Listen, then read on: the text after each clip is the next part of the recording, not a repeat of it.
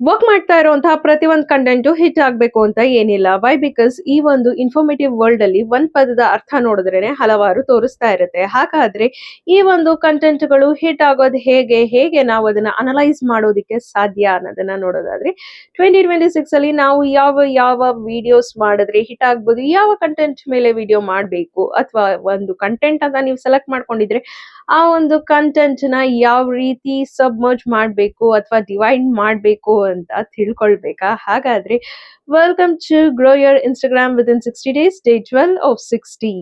ಹಾಗಾದ್ರೆ ಈ ಒಂದು ದಿನದಲ್ಲಿ ನಾವು ನೋಡ್ತಾ ಇರೋದೇನು ಅನ್ನೋದಾದ್ರೆ, ಇಲ್ಲಿ ಹಲವಾರು ಎಜುಕೇಶನಲ್ ವಿಡಿಯೋಸ್ ರೆಡಿ ಆಗ್ತಾ ಇರತ್ತೆ. ಇದರಲ್ಲಿ ನೀವು ಟ್ಯುಟೋರಿಯಲ್ ಎಜುಕೇಶನಲ್ ವಿಡಿಯೋಸ್ ಮಾಡ್ಬೋದು. ಇಲ್ಲ ಅಂತಂದ್ರೆ do it by your self DIYs ಮಾಡ್ಬೋದು.